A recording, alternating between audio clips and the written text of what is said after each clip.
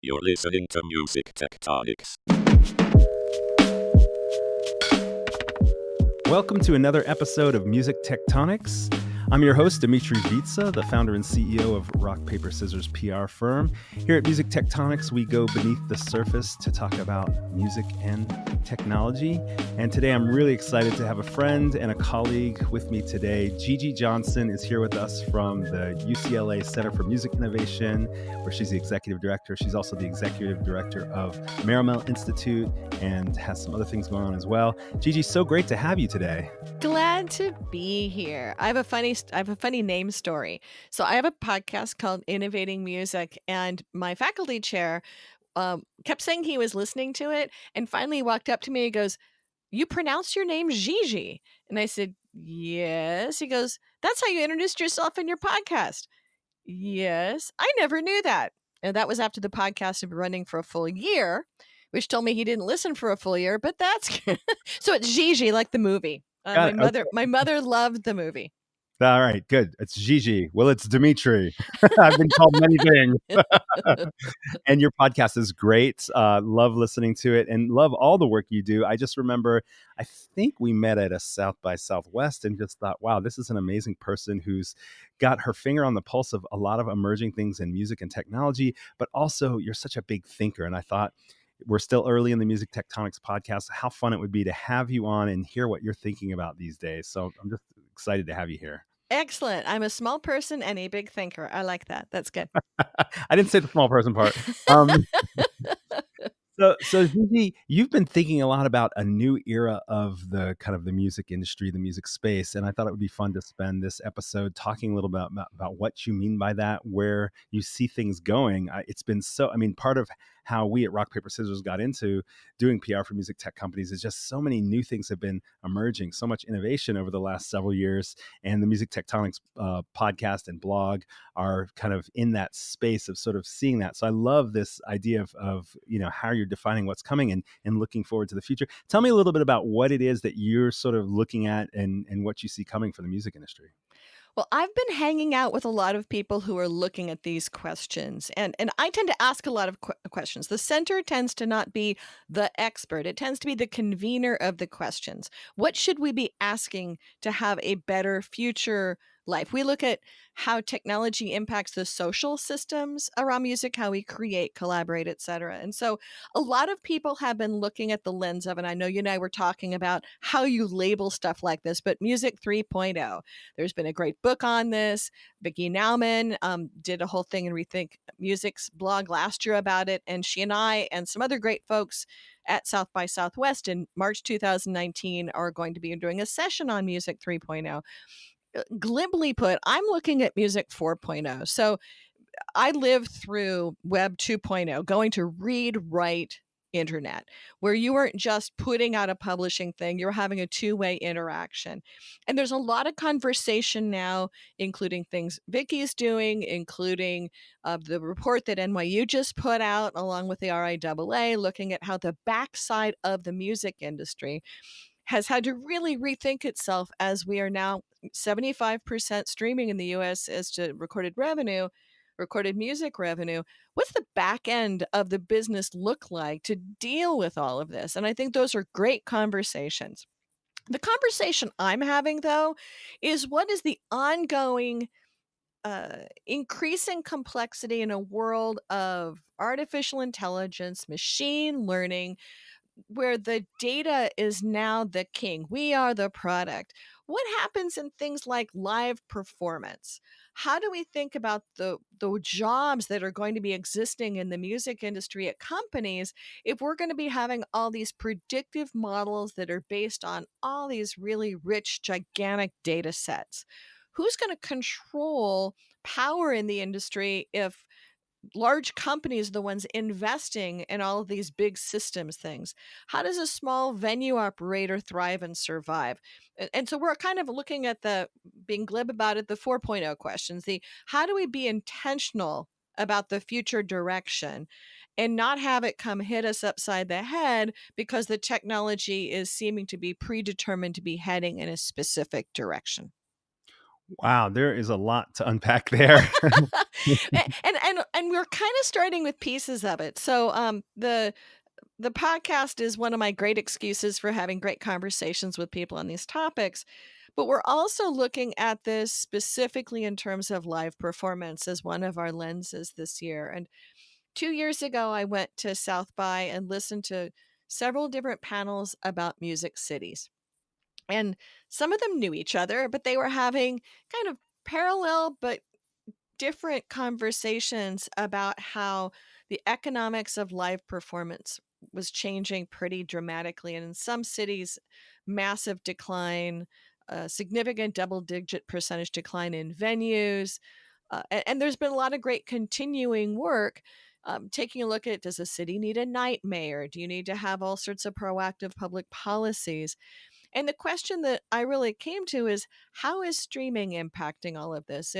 If I'm a, and I'm not a 25-year-old, but if I was a 25-year-old who is a passive music consumer and I could listen to anything at all on streaming services, YouTube for visuals, whatever concert I could ever want on whatever device, would I be going to live performances in my local community? Or is this turning into a big festivals world where live is really struggling? So we're in that conversation a little bit with San Francisco. I've had the San Francisco folks on our podcast, as they've got a really interesting set of, actually multiple set of approaches on that. But we're looking at that for Los Angeles, and so as I'm excited. I think that as this podcast is coming out, the new event we're doing with the City of Los Angeles, the Broad, Bootleg Theater, and a bunch of other folks. We're doing a half-day session on the future of music in Los Angeles on February 6th. Free ticket. Mhm. But convening the question. What is the impact of all this crazy stuff going on into the live communities that make up our music industry? All right, I'm going to back up a little bit so that we can get to this concept of music 4.0. Let's talk about music 3.0 and about Okay. the back end changes that you were talking about. I'm assuming we're talking about the shift from downloads to streaming and what the impact has been in how the entire distribution channel has had to shift from this idea of selling a virtual version of an album or single to the idea of subscription or renting as opposed to ownership, and all the impact that's had on payouts and also the impact that's had on access. Um, And and just the volume, the gigantic tsunami-like wave of information. So that if you're an organization, you're not just getting well, here's how many CDs were sold through the distribution channel and getting whatever confirming data on that, and then providing that at some kind of a lag back to the various other partners I'm party with. Taking that down to the download tracking. And now we're having these fragmented sent data that may or may not be accurate or complete, which is a whole other business model challenge that's going on. But what does the company look like that now is digesting and repurposing all of that information and dealing with the payout flows? It was a business of spreadsheets, and now it's a business of massive databases that don't talk to each other and all look different. So I know a lot of people are wrestling with this with the Music Modernization Act pipeline challenges. Mhm. And that doesn't even look at the derivative works that are also not necessarily part of that flow. But now we're setting the table. We're creating the structures and creating the ecosystems that we possibly should have back at the download era. That's more other people's conversation than mine. But what does the company? What does the music company look like now? So now, while you're seeing some of this infrastructure come into play that was kind of missing in the downloads era, and it's almost like streaming and the massive amount of both music and data is kind of forcing the industry's hand to like start to get a little more organized around how this data flow is happening and how these databases are talking to each other and so forth, that you're saying, okay, that's going to happen. It's not fixed yet, but it's happening. You can see it happening. And then there's going to be so much data about music use. And is that where you're saying we need to look at what does that mean once we have all this data? Clearly, artificial intelligence is what's going to be used to process that information. And we're going to get new learnings about music uses and consumers and that sort of thing? Is that where you're going with this? Because I mean, when you mention AI and machine learning, first thing I think of is music composition, which is a whole other side of it. And some of that's already happening. I'm talking to also people on the film industry side of things, and there's a lot of AI embedded editing tools and visual composition tools that are letting people um, pre-evaluate what might be how something is seen. There's heat mapping and eye tracking technologies that are happening on the visual end of life. I know a lot of there's been a lot of work already happening on AI composing music. I run into some of that not just here, but I know there's a cohort of people all working on that in London, and some really interesting AI driven work that's actually pretty advanced there already. um, is it that we can simplify things that are already happening? I mean, we are recording this in Zencaster, which is using machine learning to auto level podcasts for people. And the podcasting world is already changing dramatically on some of the machine learning enhanced modes that are coming in for this glut of fabulous content coming out in the podcasting world. But also, what does a job look like? I mean, I was um, thinking about a company that shall remain nameless for the conversation where I was doing an office visit with them a year ago, and the number of people who were sitting at computers with headsets on, ignoring each other, embedded in a spreadsheet, was probably 2/3 of their staff. So, is that what the job will be in the future, with a lot of these data sets getting to be fairly massive and a lot of these processes being much more automated, visual? I don't know, but the Are we talking about companies that are processing data about royalties? Are we talking about and companies that rights and yeah.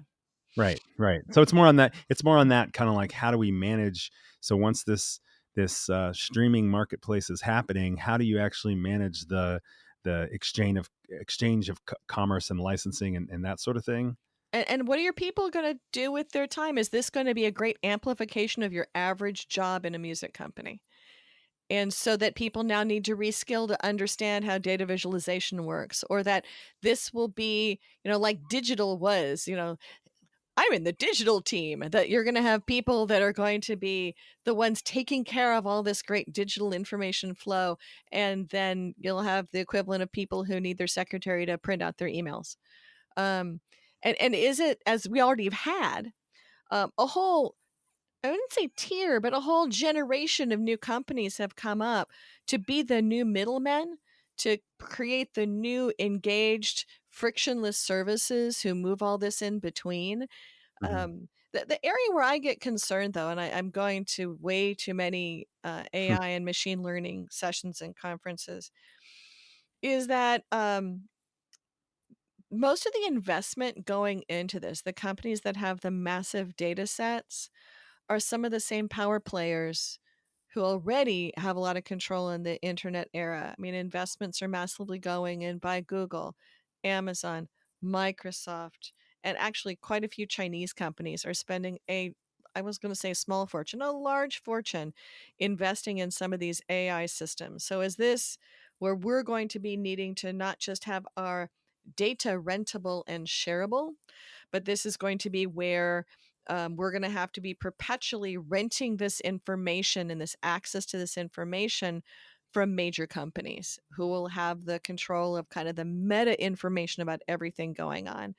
And I'm not meaning to seem all that uh, science fictiony on it, but I spent some time at CES last week here in January, and I sat through an entire half day on um, artificial intelligence and the automotive sector, Mhm. and was listening to all of the companies looking for a frictionless world where the consumer didn't need to have to know or do anything, and would trust that all of their information would just be seamlessly taken care of, and everywhere they went was going to be tracked, and all that information sold to all of these companies making decisions across the world based on where everybody is. And we kind of are there now with some of these companies already knowing what I listen to, what I do, where I am, what I buy next, what I link to next on my smartphone, who I talk to next on my messaging.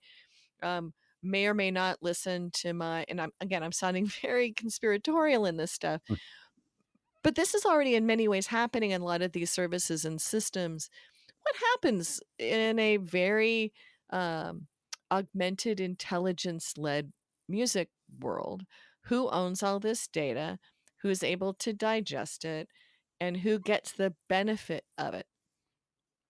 I mean, it's interesting as you're talking about all these things. At first, I thought, well, we're sort of talking about the labor force of the music industry when you talk about people sitting there at spreadsheets and having to parse that independently, um, and sort of hinting at, well, that's going to get taken over by computers or robots or some sort of machines that deal with artificial intelligence to process that information. But then I was also thinking, well, what are we talking about in terms of music creators? How will Hmm. this impact musicians? And then I was thinking, when you talk about data and all the big companies having access to this data and our movements and our likes and our recommendations, all this kind of stuff, then we're looking at the consumer. So there's three different populations that we're talking about, and I'm trying to figure out which one we should dig into in this conversation. And a lot of it is just trying to ask the question to not realize it's not a foregone conclusion. Mm. And I do think there's business models that are really creative and fabulous to proactively do stuff with this. That it's going to allow the segments of people's jobs that are mundane, but that to have that so you can spend more time on other creative tasks. But I was talking to a group of IT students at a university last night and commenting that some of the things that might have been an entry level job in the past for them as an intern, etc., some of that might be automated. So what is it that you actually can bring in and find your way into a company as a new person with new skills? And what type of people do we need to supplement existing workforces with? How am I training my students? I mean, we have a music industry program at UCLA, and I have the blessing and fabulousness of being able to teach those really fun, charming, creative students. But what do I teach them? What are they going to need to know? I teach them a lot of data science stuff, way more than they need, so that they're able to be high value when they walk in the door of any type of music company, and that they understand what's BS in the current world. But what is it that becomes a great superpower other than identifying or being a great talent or working with great talent? How do you understand what the marketplace is doing and where the opportunities are and what the audience is doing? And I find that where we're going on this could be really interesting. Um, looking back at the future music in LA work we're doing, I'm having questions to venues. How are you, small venue with not that many seats and not much staff, able to wrestle with knowing who your audience is versus the large companies that are creating very large data science teams and hiring some of my students for them? How do you, as a small club, know what your audience is and where to find them? Yeah. So are you envisioning there might be a time where only large companies will be able to successfully predict a successful concert booking as a result for their market? I think it's who owns the data and has access to it. I see a lot of smaller companies creating access to data, ability to maneuver and manipulate it, and working with great companies on that. But I see that the larger companies will have a benefit of scale and knowledge and breadth. And a lot of them have been investing into this pretty heavily now, so that they have their ear to the ground on future trends. I mean, it used to be that we'd be waiting to find out what happens. Now there's tools where we could know what happened yesterday across the different marketplaces. And I'm aware, but mostly from the outside, that larger companies are paying for different access than smaller companies and having access in a different way to some of these existing data sets. But there's tools and systems now, PEX is one of them, where you can find out what happened in the last hour and look for trends happening on the web. And that larger companies are investing into having that digital ear to the ground as well. So um, I, I'm concerned on a positive way with all those fronts, is to be kind of open and talking about this question. If all of our data and behavior is now on a rental basis, we're not going to own stuff. And so our business model is a leasing or rental of our time business model. And that we're going to have freemium models where it's patching advertising and action to it, as well as having all sorts of predicted models. What is the relationship of a happy, thoughtful consumer? What is the relationship of a happy, thoughtful creator? What would I want to do as an entrepreneur in this space? Or how much of this will be controlled by very few people? Yeah, it will be interesting to see. I mean, I'm still thinking about the small club, kind of as an example to dive into, and just wondering if maybe in some ways they may operate in a crevice that will last longer, because there's more of a direct relationship with their existing kind of audience base.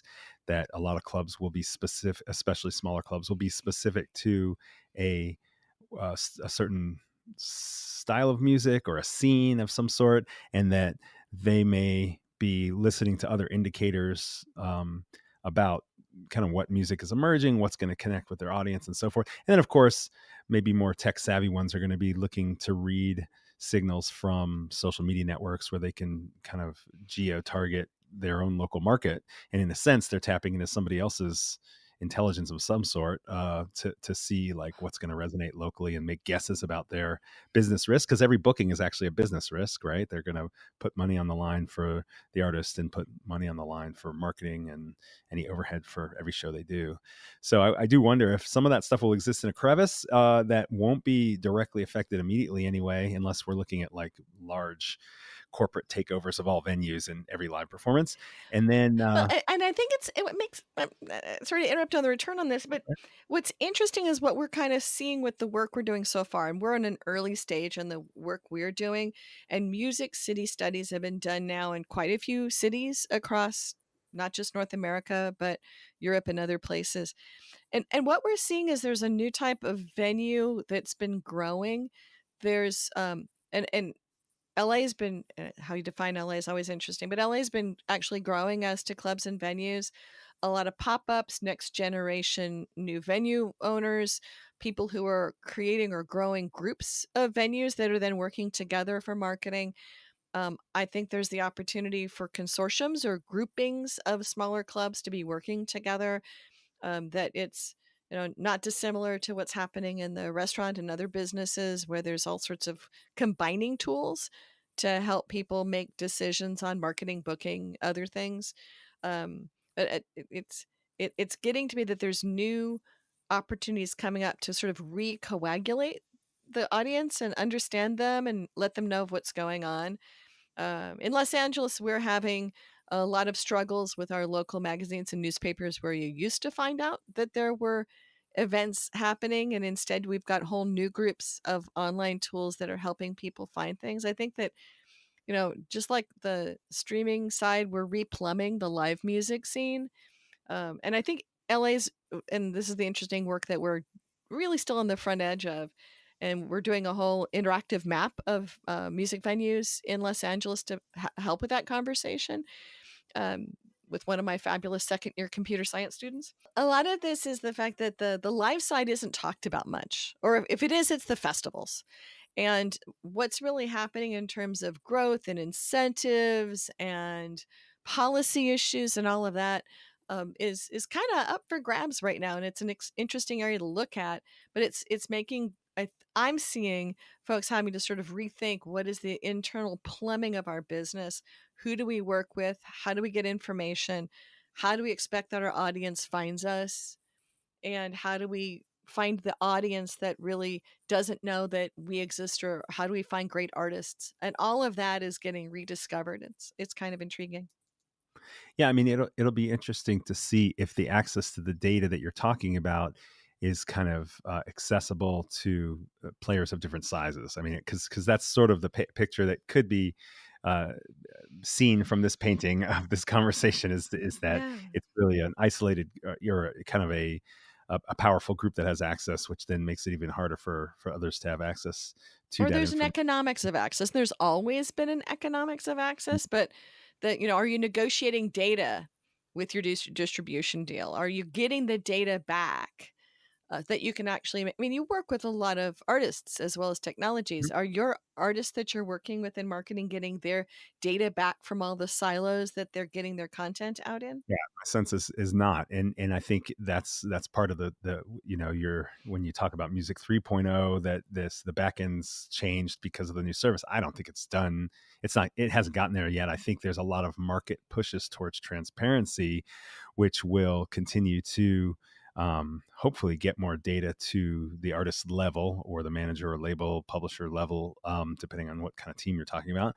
But I don't think it is. I don't think it is there. I mean, everyone's got all these pieces of the pie that used to be divided into different roles that could go back into one person, but they're getting paid different amounts for different aspects of their license. Whether it's the composition of the recording, and depending on what deals they had with which recordings with which record labels, it's hard to actually parse out how much did I get paid for this song or this album, because there's so many different silos, like you said. But I think But then who that was that's listening, and are that same person who is listening on SoundCloud, which you may or may not be which actually you can get some interesting granular to the individual metrics out of, but not the cash flow necessarily. Um, Down to the, is that the person who's listening on YouTube? Is that the person who's listening on Spotify with their different passwords, logins, etc.? And then how do I get them to do anything? Because they're sitting in all these different tool sets. And we're right, and and we're whether getting you can actually contact them. yeah, we're getting back to putting together your contact and email lists, and or am I using Superphone, or how do I connect all these things together? And then how do I work with a local venue that's concerned with a single or group of nights with me? It's getting to be both sort of magic, art, and skill to be able to take all this and put this all together. So Gigi, if you were a musician listening to this podcast, what would you be thinking about for how to prepare for this emerging era of the music industry? It could be on the composition side, or it could be on the kind of rights and monetization side. I have really cool friends. No, well, that's what I actually see on my own students, because I have a lot of them have been playing professionally for years. I've got kids on the backside of label deals walking into my classes trying to figure out what they do, and a lot of them it's that they're realizing that if they're both musicians and have fabulous data skills, that they have a really lovely stream of revenue that they have in helping other people. And a lot of it is that you've always needed people around you who've got the superpowers to build out your business. You may not have seen it that way as an artist or as a composer, but you've got people who help you find your audiences and make sure people know who you are and are pitching you for public relations and things like that, and making sure that the information of who the audience is that loves your work knows how to find you. And I'm finding the ability for people to create businesses to help the artists that they work with do this well. It's a combination of the industries who you know part, but also a what you know, and can you build systems that save people time and energy and find the right combinations. Um, I, I I have an issue with this though, that the the current market makes this look like that anybody can come in and just do this, and it's mostly it's not skill, it's luck, and it's breaking the right way, which is a piece of the puzzle. But the level of hard work and grinding that it takes to make this all come together with the right team of people is almost invisible to some folks. And the skills needed are changing though, and amplifying about being able to understand all this stuff, and making sure people understand what's happening is a big part of my mission, to have the, again, convene it, have the conversations around here's what's happening. Are you where you want to be? Are you supported the way you want to be? Are you seeing what's happening in the marketplace? Are you demanding your rights and your data? And are you understanding the audience who loves your work or where they're hanging out right now? Sounds like a lot of this advice is good, regardless of the era we're in this particular era that we're kind of evolving into.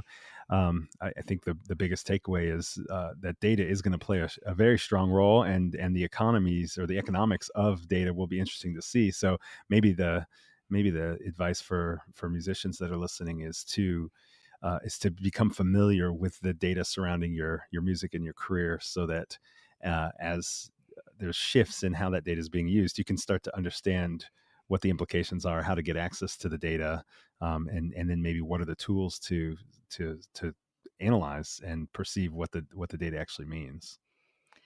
Um, so I teach a advanced marketing class for musicians at UCLA, and every year it's different. We teach it in the spring, and we have 10 weeks where we start from most of my students not understanding even how Google works to launching full marketing plans, um, websites, and social media launches.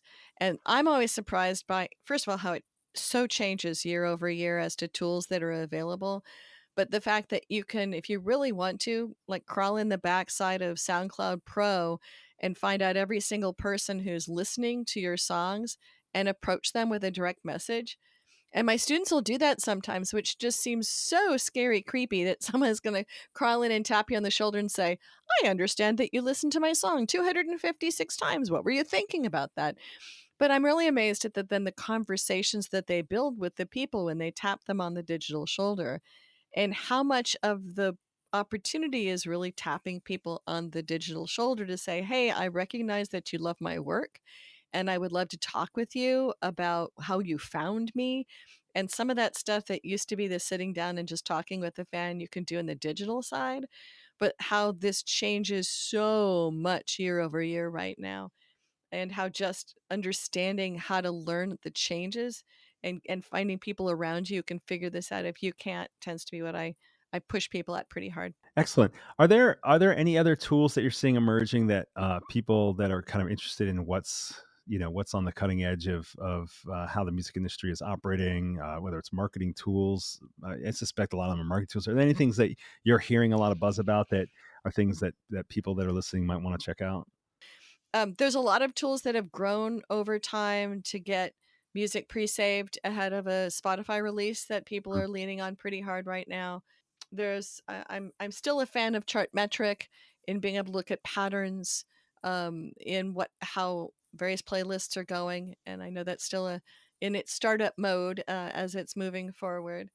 Um, Mhm. I'm a big fan, though, of looking at multiple sources of data and understanding the differences between the different avenues, um, and making sure that you just have your base information and fandom out. I just know that when we work with artists, either students as artists or venues or clubs or whatever we're doing to analyze it, that before we crawl into the data, there's an assumption of who your fan is. Sometimes people assume it's somebody just like themselves, and I've had just amusing anecdote after amusing anecdote of people who then take a look through all of their social media and streaming data and everything else and suddenly go, well, my fan is a 17-year-old boy and I don't know how in the heck he's finding my music. Or in what, one of my students, phenomenal tenor, oh my gosh, assumed that everybody who loved his music was like him, and instead it's a bunch of 55-year-old women. So, understanding who loves your work and what you're putting out there that makes that happen to me sometimes is just half the battle, and getting your arms around the basic tools to say who's listening, who's loving, who's sharing, and how do I connect with them. That's really cool to hear those examples that are kind of around unexpected age or gender of the demographic of the listener, because I've heard some great examples of artists finding out that their biggest user bases are in a country they know very little Oh about no, all of a sudden. we see that all the time. Gigi, this has been fun. I mean, I'm kind of like still trying to process a lot of a lot of the questions you set on the table, and it's been a lot of fun. Remind us again, what's the future Los Angeles event you have coming? What's the date and where is it? So the first one, and I say it this way because we're having one, it's the City of Los Angeles Department of Cultural Affairs and the Broad and Bootleg and ourselves, February 6th. And you'll be able to find that on Eventbrite as of when this podcast goes live. And so people can sign up. There's only 200 tickets. They are free, so I assume they will go really fast. We're going to have a follow-up event on April 11th at UCLA that is going to be looking at the future of music and technology in Los Angeles and featuring a bunch of tech companies. So glad to talk to folks on that. And so there's lots of other things happening. There's actually a bigger event in Los Angeles called Compose LA that is matchmaking a bunch of venues and companies and organizations to take a look at the creative side of music composition in Los Angeles. And the February 6th event is a kickoff for that. Well, great. Lots of great stuff happening in LA. And people can listen to your Innovating Music podcast at all the major podcast locations. So you can find us on Apple Podcasts, Google Podcasts, Stitcher, iHeartRadio, Spotify, and everywhere else that you love to listen to podcasts. And is there anywhere else, another platform where people should be following you to see what you're up to? A website or Twitter handle? So innovation.schoolofmusic.ucla.edu will find me at the UCLA website. Gigi Johnson or Gigi Johnson on Twitter, as well as Music in Awe of UCLA. What a terrible handle. Sorry about that one. But and findable on LinkedIn and various other places as well. Great. Thanks again, Gigi, for joining me. Looking forward to tuning into more of your podcast as well. And going to hopefully have you on our podcast soon. We will also make that happen as well. Sounds great. Thanks, everyone, for joining us on Music Tectonics. Make sure to subscribe and stay tuned. We're trying to post an episode every week, and look forward to hearing your ideas for what other podcast topics and guests we should have. You can find me on rockpaperscissors.biz, B-I-Z. If you want to sign up for our email newsletter, go to musictectonics.com. We also have blog posts there and updates on the podcast and events we're involved with too. So look forward to seeing you out in the music tech world, and thanks for listening. You're listening to Music Tectonics.